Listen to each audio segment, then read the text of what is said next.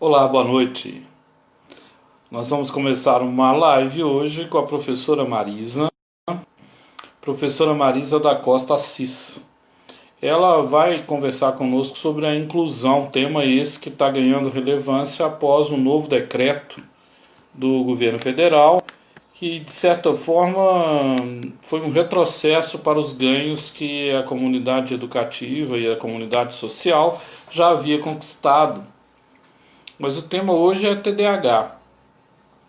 Como que a gente pode incluir bem as pessoas que têm o TDAH e como que a gente pode reconhecer síndromes, transtornos, tudo isso. A professora Marisa já está conosco e eu já estou convidando uma conversa mais uma vez muito agradável, como sempre é. Então, estamos começando a nossa live das 8 da noite na Primavera da Educação e a Marisa já chegou. Oi, Marisa, boa noite. Boa noite. Como é que estamos aí, Marisa? Tudo bem? Estamos bem. Eu não falei que tinha pano para manga? Tinha pano. Ronaldo Tinha Casagrande pano está para conosco, manga. olha que legal. Lá do Sul, esse Ronaldo Casagrande aí, irmão do Renato, Olha, muito legal. bacana. Que legal, Ronaldo, bem-vindo. Bom, Bem-vindo. temos hoje um tema que é a inclusão de alunos com TDAH, desafios, que agora com o novo decreto são muitos, avanços que nós tínhamos conquistado, tomara que a gente consiga perpetuar, e retrocessos, tomara que não aconteça. O que é que nós vamos fazer, né, Marisa? Conta para nós. Pois é, eu queria começar falando assim que nós tínhamos tão poucos avanços e TDAH é um tema tão polêmico, entendido de formas tão diferentes. Então, eu queria voltar lá na, na conceituação mesmo. Porque se você olhar pelo conceito, TDAH não está incluído na legislação, ele está incluído por uma manobra, vamos dizer assim, jurídica, por falta de pessoas com conhecimento para fazer essa revisão da lei. E essa revisão ela está sendo pedida há muito tempo. Por enquanto, eu só vou falar para o Ronaldo e para você, né? É, depois vai para todo mundo no canal lá do Ótimo. Não, não tem YouTube para a problema gente não, falar. porque hoje tem um monte de gente trabalhando na questão do projeto que pegou Nacional, todos né, de nós de educação surpresa, né? especial. E é um tanto quanto polêmico. Mas eu queria falar o seguinte: a gente tem síndrome, a gente tem distúrbio e a gente tem transtorno. O que a legislação brasileira de inclusão entende disso? Síndrome são sintomas que acontecem ao mesmo tempo no paciente e ninguém sabe a causa. Na verdade, a síndrome, ela muitas vezes a gente recebe diagnóstico como síndrome desconhecida. E às vezes, quando se descobre a causa, a síndrome acaba recebendo o nome do seu descobridor. Então, a síndrome, ela tá dentro da legislação, né? Ela é atendida, um exemplo é a síndrome de Down, né? A trissomia do cromossomo 21, e, e também pode ter várias causas, não tem um único fator que causa isso, né? Então, essa é uma característica da síndrome. Os distúrbios são todos aqueles DIS que a gente conhece, né? Disgrafia, dislalia, descalculia, dislexia, desortografia. Isso é visto como, mesmo quando há comprovação de que existe uma causa neurológica que provoca isso, é visto como um problema pedagógico. Até porque esse tipo de atendimento, para esse tipo de DIS, para as DIS, não há medicamentos, são atendimentos psicológicos e psicopedagógicos. e tem os transtornos. Os transtornos, aí sim, os transtornos são... Aí é aqui que pega um pouco a história, porque os transtornos, eles são as pessoas que estão dentro do espectro autista, né? Até transtorno de hiperatividade, que a gente já falou, né? E ele ocorre no âmbito da saúde mental e pode comprometer grandemente as pessoas que são acometidas por esses transtornos. Mas dentro da legislação, lá na Política Nacional de Educação, na perspectiva, né, da educação inclusiva, eles consideram que a educação inclusiva é para pessoas deficientes. Então, eles consideram a deficiência, TEA, que abrange um amplo, né, espectro, porque tem pessoas com grau elevadíssimo de comprometimento e pessoas que são de alto funcionamento. E tem as pessoas com transtornos globais de desenvolvimento, que envolve uma série de transtornos que podem acometer na idade, né, na infância, no nascimento, por diversas causas. Então, essas são as pessoas que são atendidas pela legislação, se for levá-la ao pé da letra. Né? TDAH, disgrafia, eles não têm direito a atendimento educacional especializado. Mas eles, lá na legislação, eles têm direito de participar da aprendizagem e de desenvolver a sua potencialidade em igualdade de condições com os outros. Aí, nessa história, é que os juristas, alguns juristas, né, utilizam eles chamam, eles dão um nome para isso, é lei da similaridade. E com a lei da similaridade, muitos pais brigam e ganham para esse atendimento especializado. Mas as escolas estavam caminhando, Paulo, para um entendimento além da lei, de que sim, existe uma diferença e uma necessidade de um atendimento especializado, e que era, sim, uma necessidade especial muito importante, tendo em vista, inclusive, o uso de medicação. Mas, para você ter uma ideia, não existe política pública para TDAH. Sim. Tanto que a medicação não é dada pelo SUS. A verdade, mas é muito alto o valor dos remédios, né? São caros os Exatamente. remédios. O que acontece com a medicação? Muitos médicos eles usam outros medicamentos para usar, para que esses medicamentos tenham como efeito colateral o controle da hiperatividade e desatenção. Um dos mais usados, imipramina, ele não é para isso. Imipramina, inclusive, é usado para criança que tem enurese noturna. Então, tem todas essas nuances que estão ali envolvidas com o TDAH, e agora eu vejo um perigo muito grande vindo com essa nova ideia, né, que nós temos aí. Que as escolas normalmente fazem para atender esses alunos? Primeiro, vou falar rapidinho para ver o quanto o transtorno é sério. Para se chegar a um diagnóstico de TDAH, precisa primeiro de uma história clínica, quer dizer, tem que ter um médico para fazer uma avaliação clínica minuciosa, precisa de uma coleta de dados com os pais, que também é minuciosa, precisa ouvir a família, a escola e a criança. Precisa fazer um exame físico para ver se tem alguma coisa que pode estar provocando isso, porque uma criança com TEA, por exemplo, ou com outros distúrbios, pode apresentar hiperatividade. Inclusive, altas habilidades, está na lei lá tinha esquecido de colocar, altas habilidades pode apresentar o mesmo sintoma. Exame neurológico evolutivo, precisa também dessa... Tem um questionário específico que está no DSM-4, agora já está no 5, né? Que é respondido pelos pais e pelos professores para um diagnóstico operacional.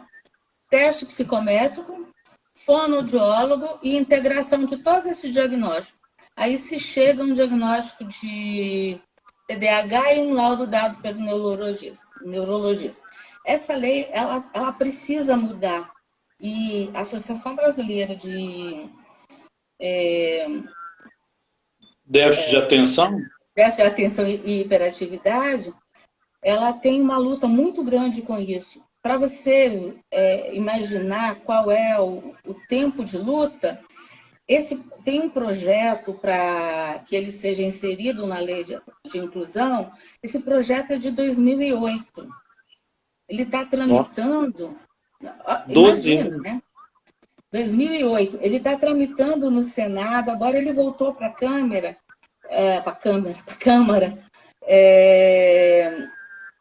e Porque virou um ele... filme, né? Pode ser câmera também, porque o filme tá Pode ser longo, né? Parece câmera, uma né? Porque é série. um filme, né? E Parece uma aí série da Netflix.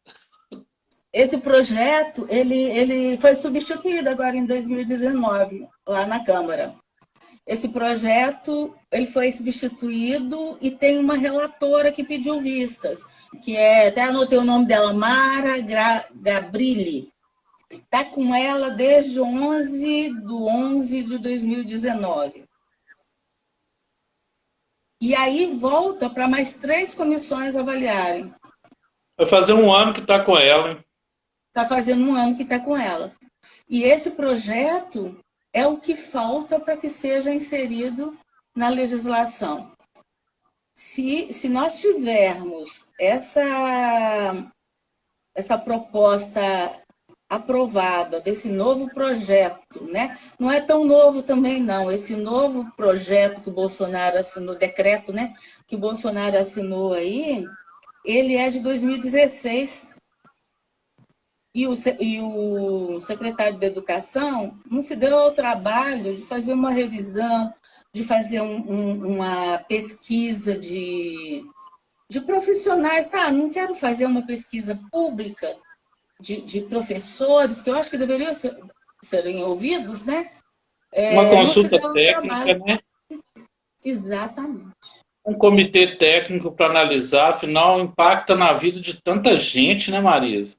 Impressionante. Isso a gente está falando de TDAH, né?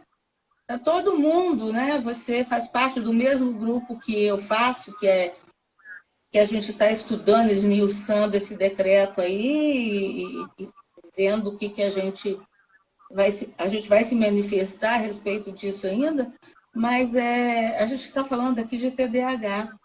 E por que eu acho importante falar de TDAH? TDAH estava num avanço. A gente propôs hoje falar de avanços e retrocessos. A gente está num avanço. A gente precisa pressionar essa Gabriela aí, essa Mara Gabriele, para que ela faça alguma coisa e mande para frente e dê oportunidade. Mas não, a gente agora tem outras preocupações. Quer dizer, a gente não pode relaxar. A gente não pode relaxar nem em relação ao que está vindo e nem em relação aos avanços que a gente conseguiu. Com muita luta, a Associação Brasileira de altas habilidades, eu tenho sempre na cabeça, né? De Sim. TDAH, é uma associação extremamente atuante.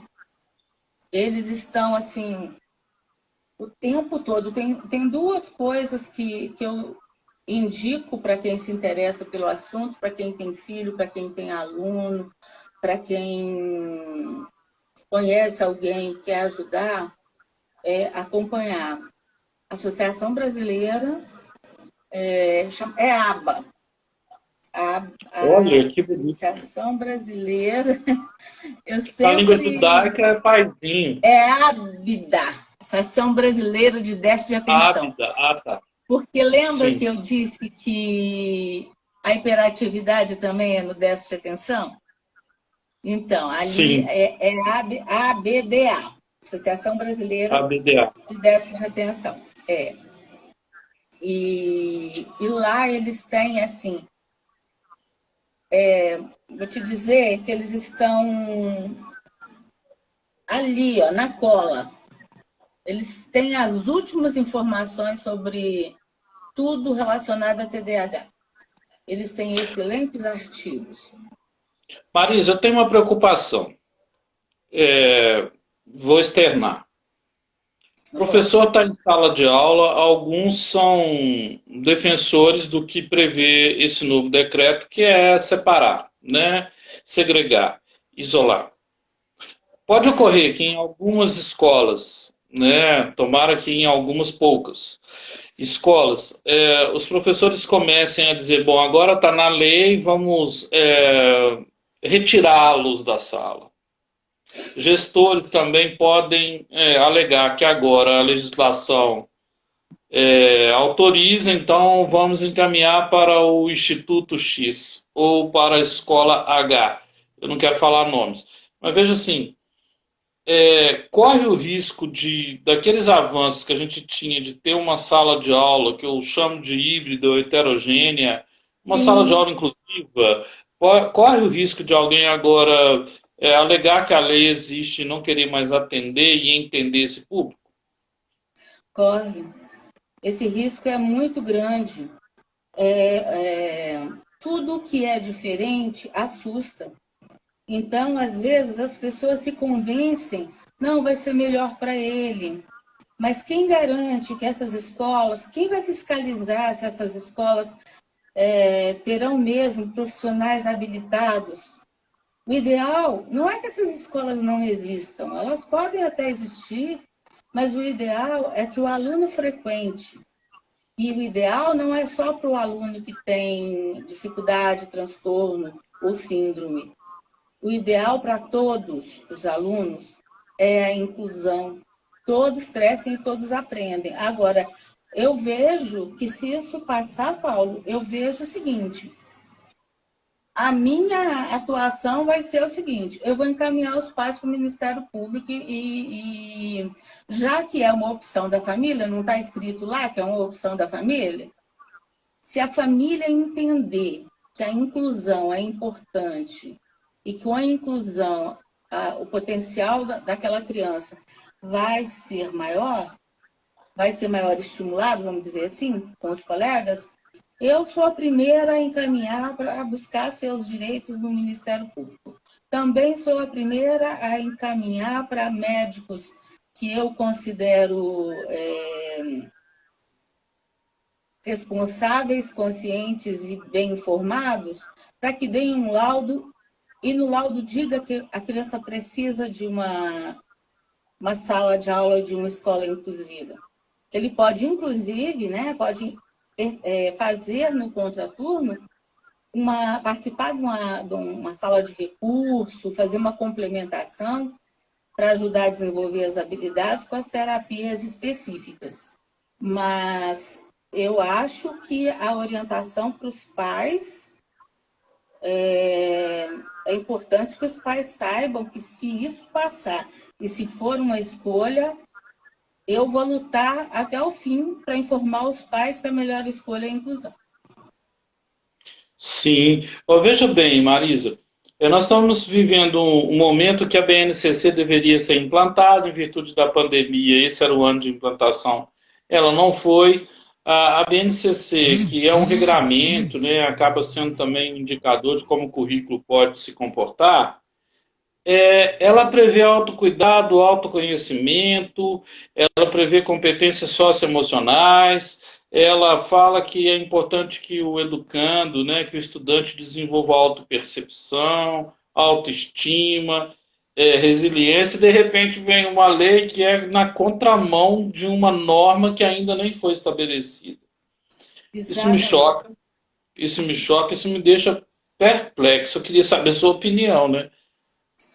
A gente precisa se unir, a gente precisa trabalhar em prol de mostrar isso para a sociedade, a importância disso, porque quando você falou em habilidades socioemocionais, e eu estou fazendo um trabalho até para um grupo de, por incrível que pareça, a maioria das pessoas que vão participar desse trabalho são da medicina veterinária. E a proposta é falar sobre o mercado de trabalho. O mercado de trabalho que está chegando aí para essa geração que está se formando apavorada com o que espera por eles. E se você já está vendo isso agora, você imagina o que vem no mundo pela frente, que a gente já vislumbra, né? De mudanças que essa nova rotina nos impôs e que vão permanecer, sem esse preparo. Se você não tem pessoas com essas habilidades socioemocionais, o que eu estou lendo, eu terminei agora um curso na Unicinos, lá, né, do Sul, mas um curso maior e EAD, óbvio, né? E lá os grandes CEOs falam o quê? Quem que eles querem? Eles não estão tão preocupados, obviamente que o conhecimento técnico é importante, mas se não houver habilidades socioemocionais, se essas pessoas não souberem lidar com gente, ter uma metacognição, aprender a aprender, né? Que está lá nas habilidades socioemocionais. Aprender a aprender. Hoje em dia, aprender a aprender está muito difícil. As pessoas querem pronto, achar no Google, né? Vai lá e aquela resposta me satisfaz. Eu não vou questionar, senão eu concordo mesmo com isso, né? E aí a gente lembra do que fizeram, da filosofia, que é tão importante nessa hora. A gente precisa dessas habilidades, precisa desses conhecimentos para que o mercado de trabalho tenha quem eles precisam para reconstruir um mundo que está em transformação. Então, eu acho que nós, que estamos na frente, vamos dizer assim, pelo menos no nosso mundo aqui, né, possível, a gente não pode se distrair agora. Eu falei, eu ia aposentar, não vou mais não. Não pode. Vou ficar mais um pouquinho. Ô Marisa, olha de ler. Eu acabei de lançar esse livro, sabe? Metodologias ativas. Metodologias ativas. O que as escolas podem aprender. O meu penúltimo capítulo é sobre a pedagogia da metodologia da inclusão. E eu abro dizendo que a maior metodologia ativa é a humanização. Aí eu cito decreto do governo, olha. Adoção, Lei 13.146, aquela que a gente já conhece, de 2015, que institui a Lei Brasileira de Inclusão, né? E lá no capítulo 4, artigo 28, fala o seguinte: adoção de práticas pedagógicas inclusivas pelos programas de formação inicial e continuada de professores e oferta de formação continuada para o atendimento educacional especializado. Né? A lei é bem clara, você tem que formar o professor na carreira e pessoal, que é da área mais emergencial, que eu também não sou contra não ter uma escola exclusiva, mas em casos de exceção, não virar a regra. Formação e disponibilização de professores para atendimento educacional especializado, de tradutores e intérpretes das Libras, de guias e intérpretes de profissionais de apoio. Quer dizer, uma lei que tem menos de 5 anos já cai. Imagina. E a gente ainda nem teve tempo, você sabe disso, você é uma formadora, viaja o Brasil todo, nem teve tempo ainda de chegar a uma formação adequada, uma formação boa, para sair da fase da obrigatoriedade, para ir para um espaço físico adequado, para ir para os professores capacitados, né? Que é para integrar e para depois incluir, né? Tentar fazer um caminho gradual. Quer dizer, 5 anos é pouco tempo para a educação. Eu queria te ouvir, sobretudo com foco no TDAH, né? As pessoas nem estudaram ainda o conceito. Essa sua abertura eu achei que foi magnífica, que é dizer o que é transtorno, o que é síndrome, o que é distúrbio. Porque a gente está num mundo de Facebook, de rede social, onde todo mundo opina sobre tudo, mas os conceitos não são claros, né? É, e é aquilo que eu falei, os conceitos não são questionados. Porque quando você. Claro que eu uso o Google, né? Existem formas de usar. Tem o Google Acadêmico, né? Que você tem lá pesquisas já De ponta, né? de ponta, tem referências, tem pessoas de referência na área. E aí eu vejo assim, quando eu li isso, eu lembrei de uma coisa muito triste, que era a época da classe dos atrasados e dos adiantados. Os reprovados, os repetentes tinham uma classe, os deficientes tinham um recreio separado dos. Podia estar até na mesma escola, tinha uma deficiência mental leve. Aí estão lá na mesma escola. Mas como eles são mais atrasados, até o recreio é diferente, não há interação nem social, não havia, né? A gente tinha avançado pelo menos nessa área, a diminuição do preconceito. O TDAH, Paulo, é igual a outras habilidades. Aliás, eles muitas vezes vêm juntos, né? O TDAH, ele não vai ser barrado em escola nenhuma, não. Ele não tem uma deficiência explícita no seu corpo, na sua aparência. Uma criança levada, uma criança que pode ser até indicado para ela outra escola por causa do comportamento, por causa de uma coisa ou outra, não por TDAH. Ele vai ser, não vai ser atendido na sua especificidade, porque isso vai, espero que não, isso sairia da referência dos professores das escolas. O que eu vejo? Nós falamos da outra vez, aliás, antes que eu me esqueça, eu vou consertar uma coisa que eu disse da primeira vez e eu pesquisei mais e descobri uma coisa. Com os conhecimentos das neurociências cognitivas, principalmente, as pessoas estão observando sintomas nelas com mais idade. Eu disse que TDAH se manifesta até 7 anos de idade, né? Mas, especialmente as pessoas com déficit de atenção, elas são desatentas, voadas no mundo da lua. Essas pessoas são diagnosticadas mais tarde. Porque, claro, todo mundo só acha que ele é meio voado, né? E ninguém se lembra de caminhar para uma avaliação porque é distraído.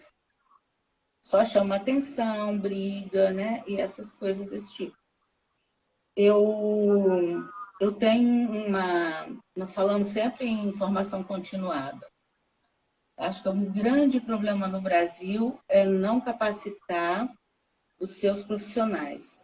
Aí eu me lembro, e hoje eu me lembrei bastante disso, que sempre foi uma briga minha, briga entre aspas, no bom sentido, que tem uma coisa chamada na escola de sábado escolar.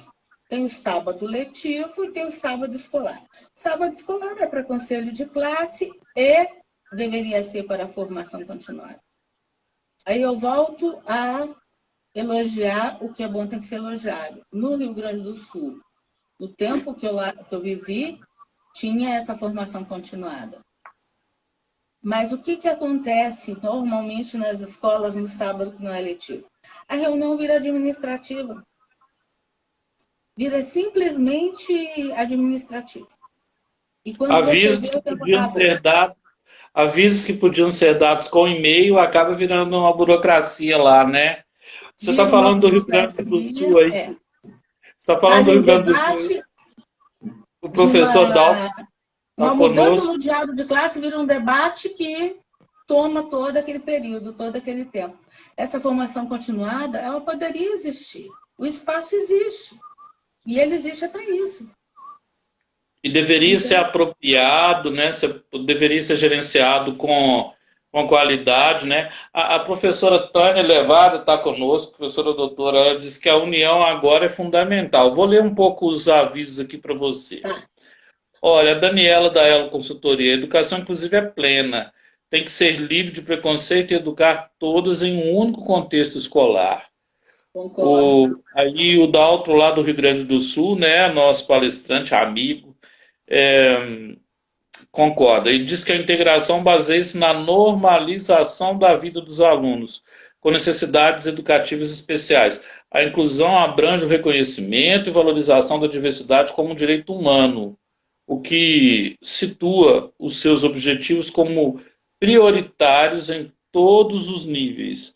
Aí a Daniela, a inclusão não pode ser tratada como um problema, e sim como diversidade.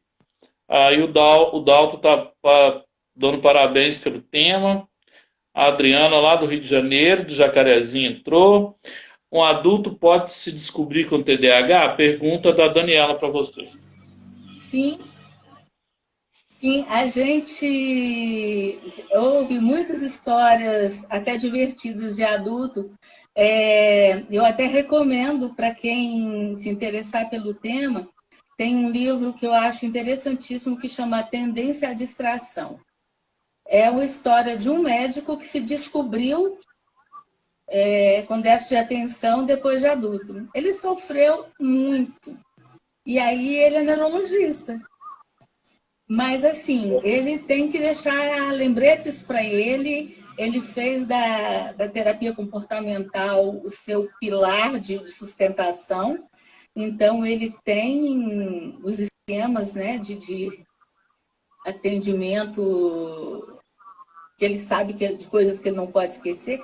Ele criou uma estratégia. É isso que a gente precisa ensinar para os nossos alunos. TDAH não é doença, não tem cura. Se não tem cura, a pessoa tem que ser feliz com ela. Então, tem muitos adultos, sim. Toda criança que teve TDAH tem até hoje, com 80 anos, se tiver. Aí a Daniela da Elo Consultoria está agradecendo. Que interessante. Que bom. Eu gosto muito de ouvir assim, pessoas que nem esse livro. Eu fiquei muito interessada na história dele, porque ele venceu e ele conta o sofrimento que nós podemos evitar que nossos alunos tenham. Né? O que ele passou até chegar. Ele descobriu, quando ele estava já no curso de medicina, que ele ouviu e falou, peraí, eu sou assim. Esse sou eu. Né? E Por você é isso, muito inteligente. Né? por isso, né, Marisa, que tirar isso da pauta educacional na educação básica é muito complexo, não é? É muito complicado, muito difícil assim, de imaginar.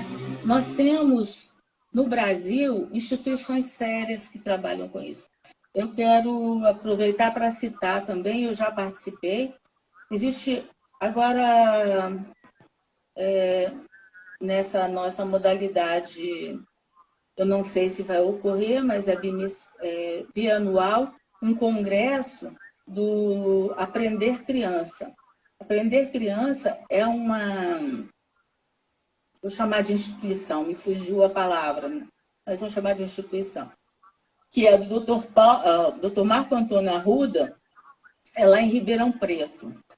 É fantástico. Ele trabalha com TDAH.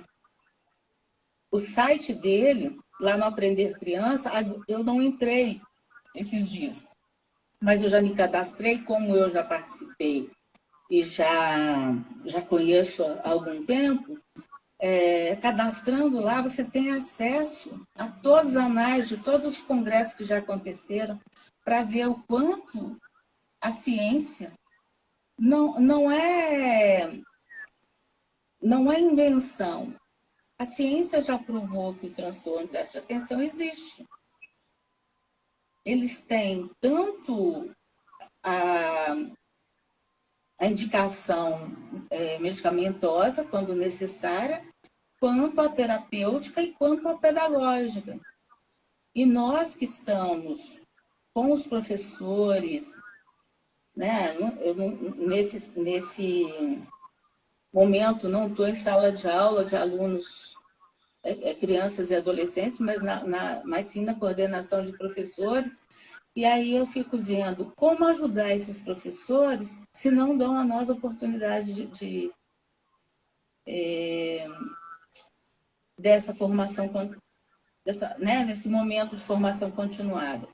Porque uma professora, um professor, no momento em que essa oportunidade é dada, por exemplo, na escola tem uma sala de recursos, né? Até o momento. Vamos falar do que está acontecendo agora. Tem no contraturno, se não é na escola, se é no estado, aqui em Minas tem sala de recurso polo, né? Atende alunos de diversas escolas.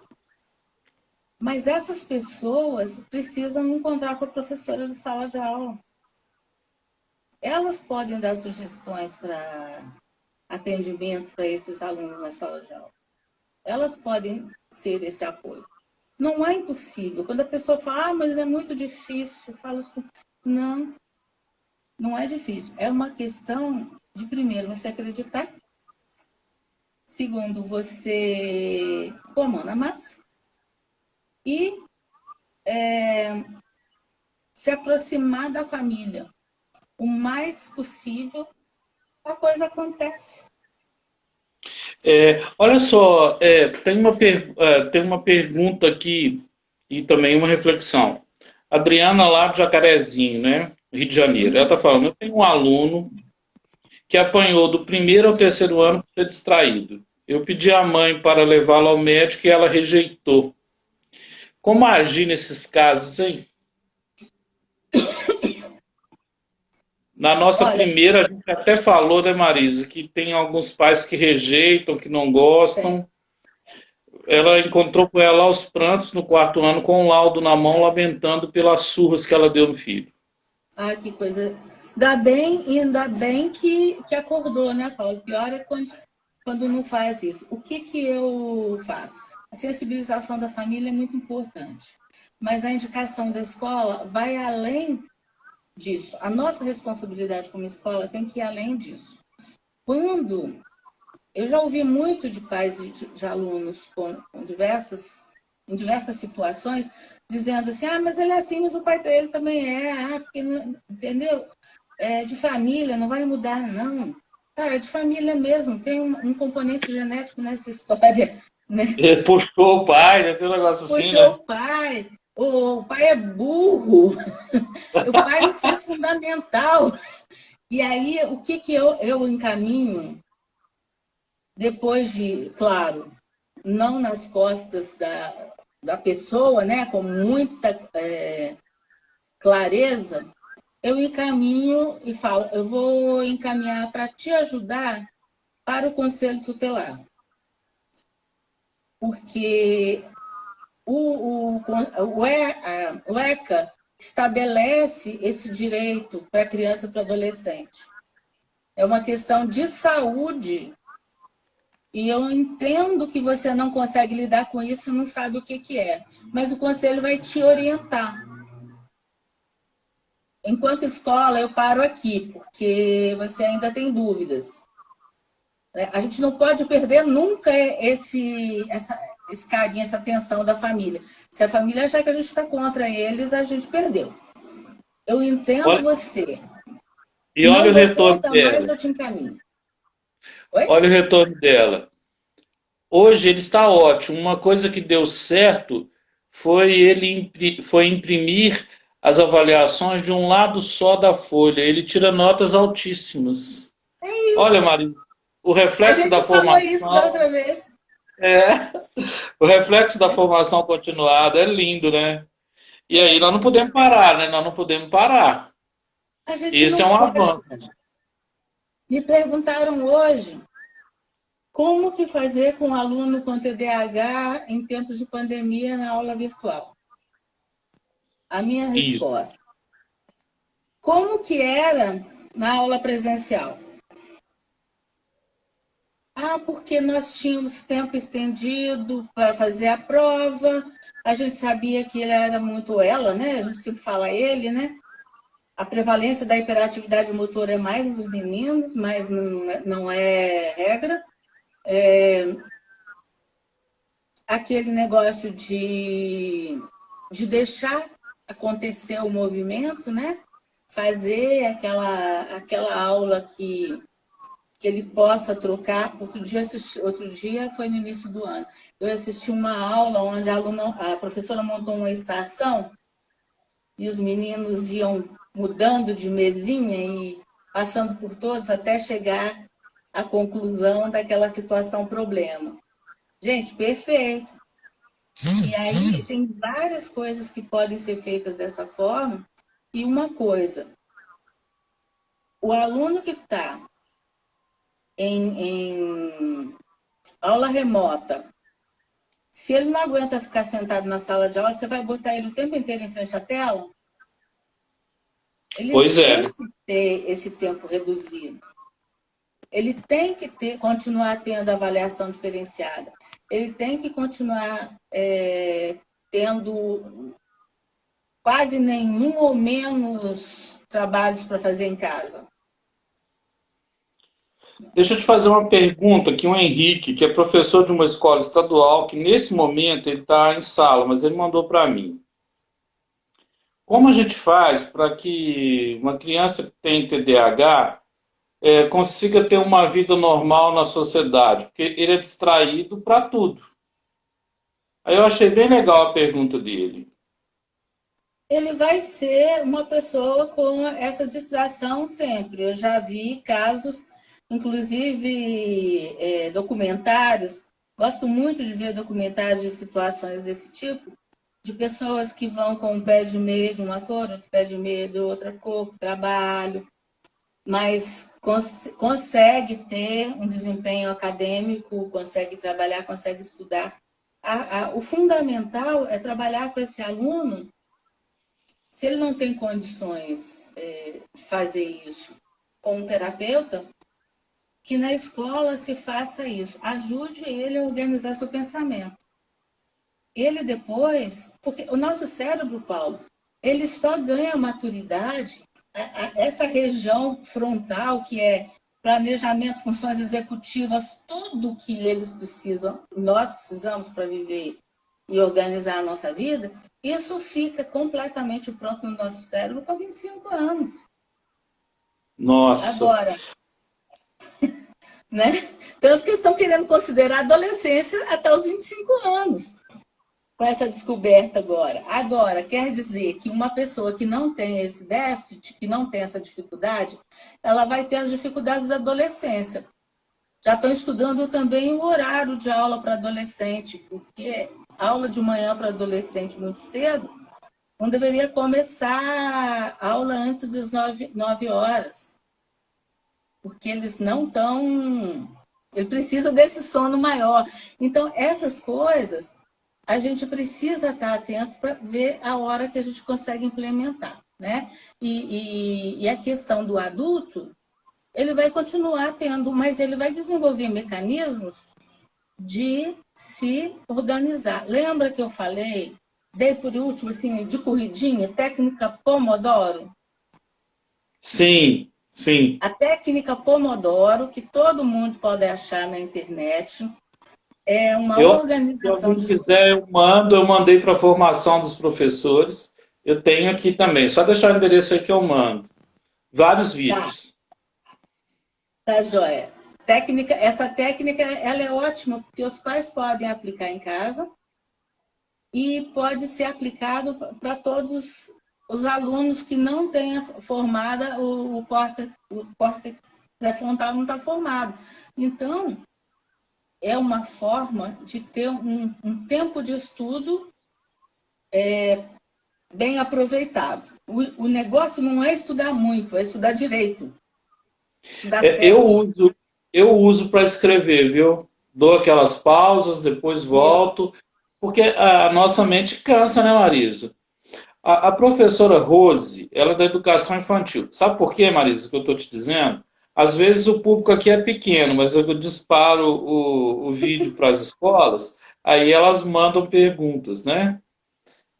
Quem não pode. Depois, já teve gente falando que estava passando roupa e vendo a live. É muito Ai, que comum. bacana. que tem assim, vai vendo a live nos momentos que dá conta. Não vê agora, mas vê lá no canal que as escolas podem aprender. Então, por isso que eu não paro. Todo dia às 20 horas tem uma. Amanhã com a professora Tânia Levada, novamente.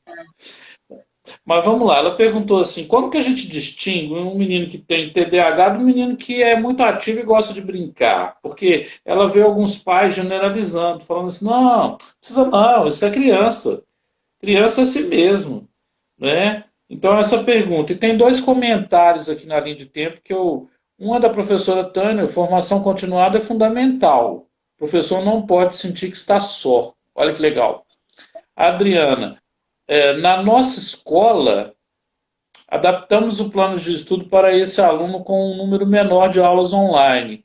Alguns fazem avaliação no horário da aula, de plantão de dúvidas, ou comigo, presencialmente na escola. Lógico que obedecendo todos os padrões, eu conheço essa escola aí, sou apaixonado por ela, eu sei que ela funciona.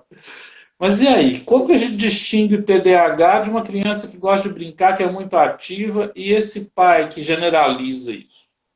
Lá na educação infantil, É, educação infantil é importante, é um espaço importante na educação para a gente observar. A criança da educação infantil, ela é agitada por natureza. Tem aquele humorista que brinca, que é a professora Marli, você já viu? sim, Diogo, não sim, sei das quantas. sim. Ele falando Jogo agora da volta pós-pandemia, ele falando que criança não tem GPS, ela corre olhando para trás e vai trombando. E é mais ou É, menos isso. A agitação da infância é diferente da agitação do TDAH. Porque tem uma hora que você puxa, capta a atenção da criança. A criança que nunca é mobilizada por nenhum tipo de atividade e nem nunca foi. Tem crianças que não gostam de. Lembrei do caso de uma criança, a mãe contando, que ela gostava muito da escolinha e era educação infantil, mas ela odiava a hora do descanso. Ela era pequenininha. As outras crianças dormiam, ela fingia que estava com o olho fechado, doida para poder passar a hora do soninho para poder brincar. Né? Então, essas crianças, se elas não têm essa necessidade, essa rotina pode ser tirada da vida dela ali.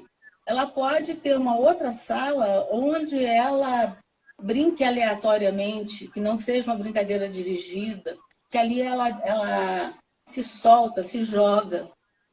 Ela não precisa daquele descanso. Aí você obriga a pobre da criança, não gosto de ir na aula, eu gosto da escola, eu só não gosto na hora de dormir. do soninho. Quer dizer, Do olha que soninho. castigo!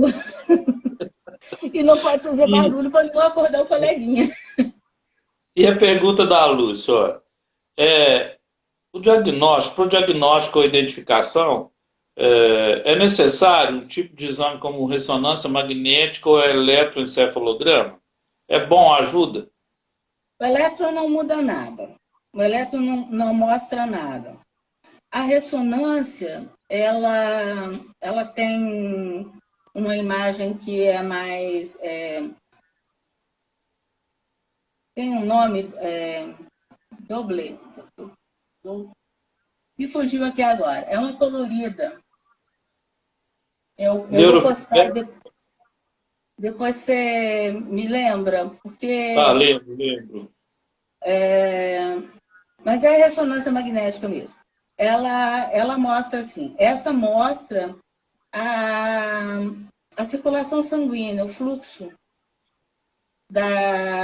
do sangue na região pré-frontal. E isso mostra alteração quando é interessante porque o TDAH, mesmo que ele seja hiperativo, o fluxo na região pré-frontal é menor. Por isso que a região não é muito estimulada. A criança está, como eu falei da outra vez, os estímulos entram todos, ele não consegue organizar aquilo. É neuroimagem ou SPEC? Neuroimagem, neuroimagem. Isso. Que eu estava pesquisando aqui enquanto você Doppler estava falando. colorido. É Doppler Isso, colorido. É sim. isso. E é isso Bom, sim, ajuda então. ajuda. Agora o eletro não. O eletro não faz diferença, não. Pode mostrar outras coisas, pode mostrar uma lesão, um mau funcionamento, mas não especifica uma. E aí tem aquele problema, né, Paulo? Saúde pública não faz esse tipo de exame mais complexo. Pois Né? é. Nosso SUS não tem Beneficia equipamento para só uma isso. determinada classe, né? É É, exclusão, né? é. E, E aí eles e querem resolver com o projeto.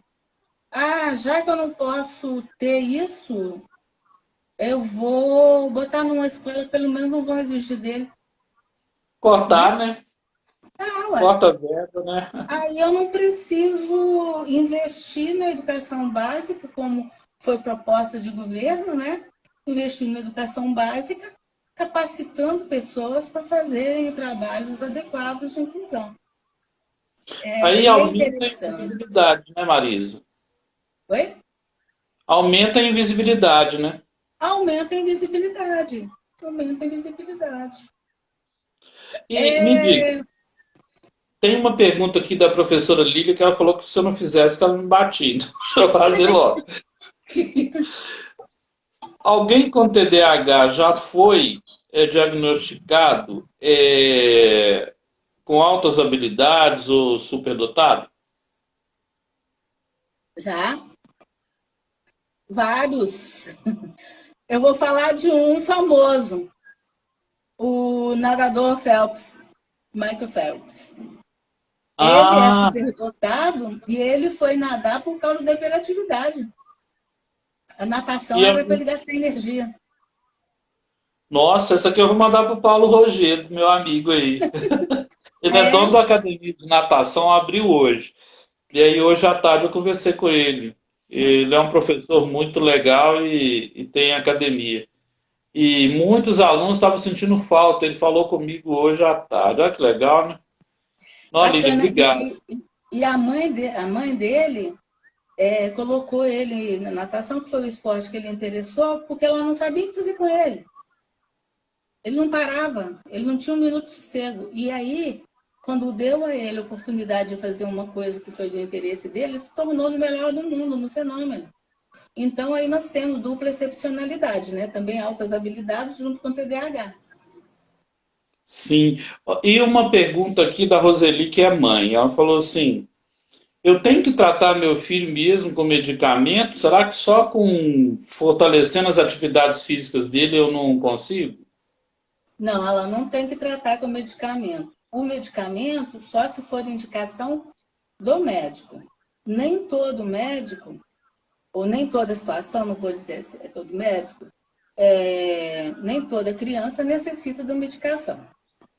Muitas vezes, eu citei isso na nossa outra conversa, é importante a terapia cognitivo-comportamental, porque ajuda a construir o hábito, a disciplina, se autodisciplinar. Autodisciplina é tudo o que eles precisam. Precisam aprender a controlar esses impulsos. Então, às vezes só a terapia resolve e às vezes alguns ajustes em casa. Em casa, os pais devem fazer uso de avisos na geladeira, sabe? Colar na porta do Sim. armário, lembretes para ele mesmo, ajudá-lo a deixar lembretes para você não esquecer. Cola aqui na sua agenda. E agora, nas aulas remotas, é importantíssimo para quem tem um filho com TDAH que ele mantenha a rotina. Que não é porque a aula da criança ela não tem que se locomover, eu vou deixar ele dormir até mais tarde, né? Não vou acordar aí na hora de ir para aula, não, porque agora ele não precisa de sair de casa. Não. O hábito de acordar na hora de ir para aula, tomar o café, almoçar, todos os passos da rotina devem ter Isso, uma rotina mesmo porque a rotina para o TDAH é segurança. Ele se Ô sente Marisa, seguro. ela assistiu a nossa live no sítio lá, depois. Ela falou o seguinte: eu tenho medo dos efeitos colaterais, Paulo, e tenho medo do meu filho ficar dependente dos remédios. É, esse é o medo da maioria, e eu já ouvi isso muitas vezes. Eu não quero meu filho tomando remédio tarja preta.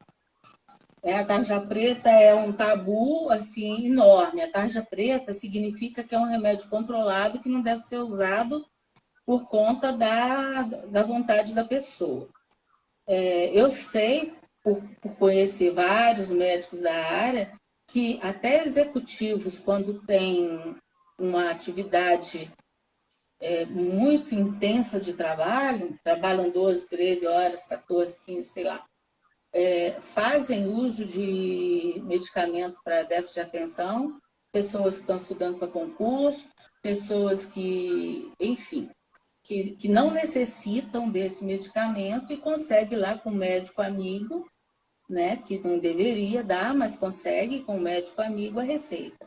Mas tem muita gente, muitas crianças e adultos também que não precisam estabelecer essa rotina, que essa rotina, talvez a maior dificuldade de estabelecer a rotina seja em casa. A escola, mesmo sem muita informação, a gente com o professor ali no horário de módulo, conversando com os pais, chamando a criança, a gente consegue administrar essas questões. Mas em casa, manter essa rotina pressupõe que a família também se habitue a ter essa rotina na sua vida. Eu não E não queria te precisa de dizer remédio. Agora, isso, não tem efeito colateral, não, viu? tá? Eu não queria te dizer isso, mas o tempo está acabando, que eu estou adorando isso aqui. E a Ah, última pergunta, que é do João então, lá, o marido dela. Quanto tempo dura o tratamento? a vida toda. Simples assim. Não quer Anota dizer aí. que a vida toda seja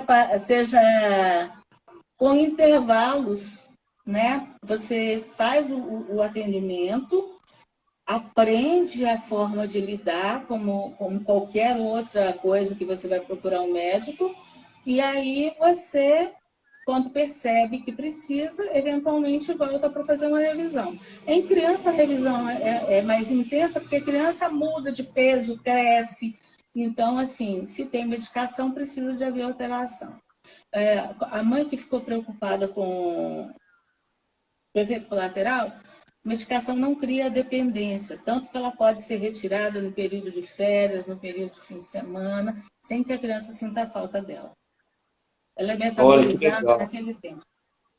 Nossa, isso aí valeu. Ô Marisa, e me diga, psicólogo e médico é bom? Depende, depende deles, né? Assim, depende Do recurso. É, é bom, eu acho que assim, o médico precisa dar o laudo. É importante. Esse laudo, ele vai ser um documento que apoia aquelas necessidades. E o psicólogo, no tempo que a pessoa precisar. Se for um adolescente, ele mesmo sabe o tempo, ele aprende e fala assim, ó, não preciso mais. Né? Não é uma Marisa, a coisa. última pergunta onde tem livro seu e qual que é o telefone, o contato? Aí depois eu passo para a pessoa. Livro eu vou providenciar, vou ficar, livro eu sei. Pois é.